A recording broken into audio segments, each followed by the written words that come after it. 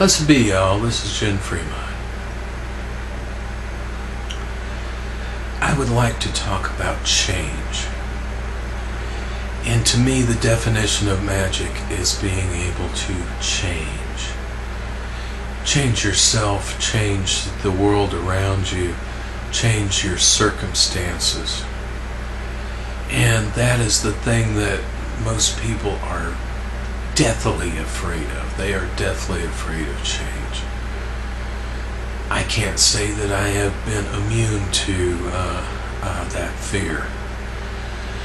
I can't say I haven't been dragged kicking and screaming, into certain changes. I can't tell you that changing is not painful.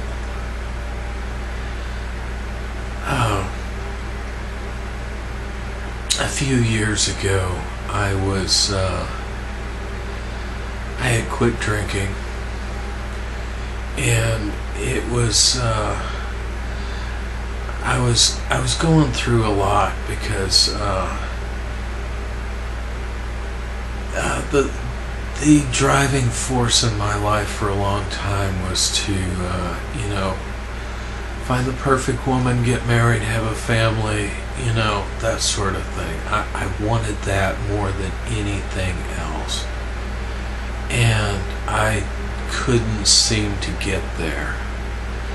And I remember at the time I was going to this counselor, and she was like, well, you need to just give that up to God, and tell him if it happens, it happens. If it doesn't, to take care of it. And I was like, I can't do that. No way in hell am I going to do that. And I was just like, guts were just ripped out when I was driving home, and it was just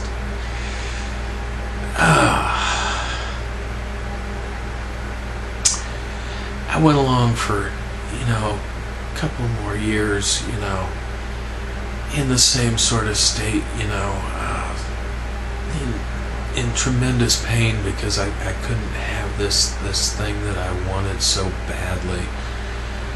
And eventually it came down to I kept meeting women that there was this thing in my head that just said no. And the few women that I did, I ignored that, and I asked them out anyway, and we went out. It was just disaster. And eventually I did meet some women that I thought, oh, these would be perfect women, but I also found that they were on a spiritual path too. They weren't interested in that. They it wasn't like they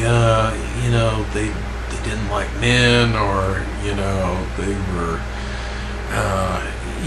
practicing celibacy because they had taken a vow, or it wasn't anything like that. It was just that they were on their own spiritual path, and they didn't want any sort of ties that would get in the way, and so consequently, they weren't looking for any sort of relationship,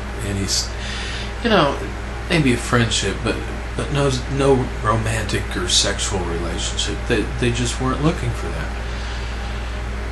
And eventually, I had to think to myself, well, if the right woman comes along, that will be fine. Eventually, I was okay with thinking that, that perfect life with that perfect woman would, I'm fine with it may not happen. If it does happen, that's great. If it doesn't happen, I'm fine with it. And that took me years to even recognize that it was there in the first place. To recognize that had been the guiding force and the thing that brought me the most pain, the thing that I drank the most over. And eventually, I let go of that idea. That was probably the hardest thing that I had ever done, was let go of that idea, because I had that idea. My father ended up going to prison when I was very young, and from that time on, I do have a conscious memory of thinking, if I ever want to have a family again, I'm going to have to make my own. And this is I'm like 5 years old. And so, I was looking for that ever since then. And that was the hardest change that I probably ever had to make, was letting go of that programming that said that I had to have that to be happy. And now in a lot of ways, I'm glad I didn't get into that, because it would have weighed me down to a place where I probably could not have ever pursued a spiritual path. And that's the heart of change. That is magic in itself. That you discard those things that are really not needed. Most of the time we want what we don't need, and what we need we don't want.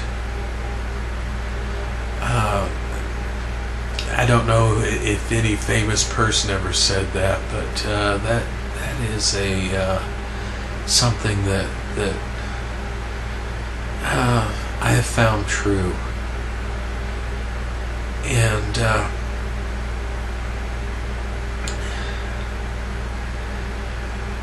I have found it very hard to break a lot of the things that I have been programmed with. I always loved science. I used to watch like Nova and those sorts of programs, and just eat that stuff up, because these were smart people, and they were proving all these wonderful things. And now I look at it with a different eye, because I see how they have set things up. I've read too many alternate possibilities, and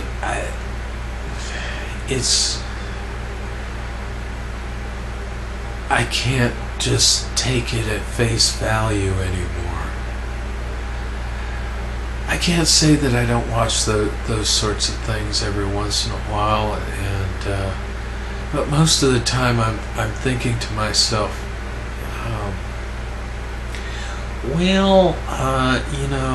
according to this other theory, that's not true, and according to this research over here, that's not true.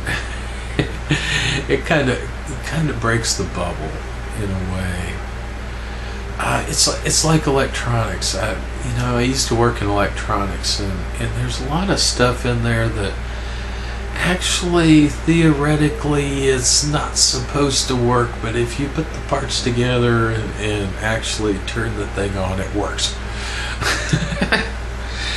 And I had to learn that.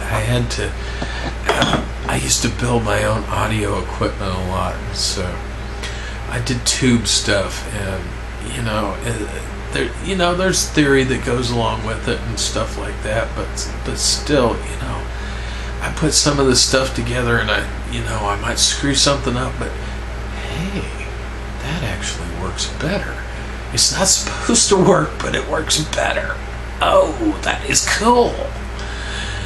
And so that was part of the thing too, because that broke down a lot of stuff. And don't be afraid of change.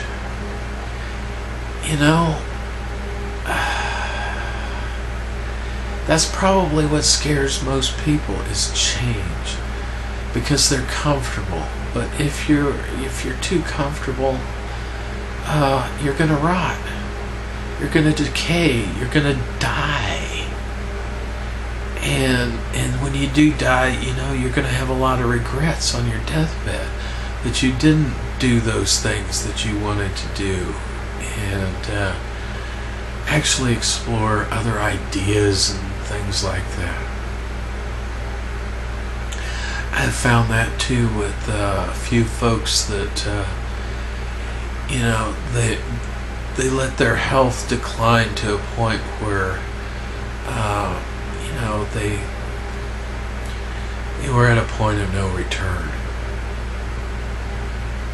and they very much regretted that they had not at least tried other things like naturopathic things and stuff like that. They regret that they didn't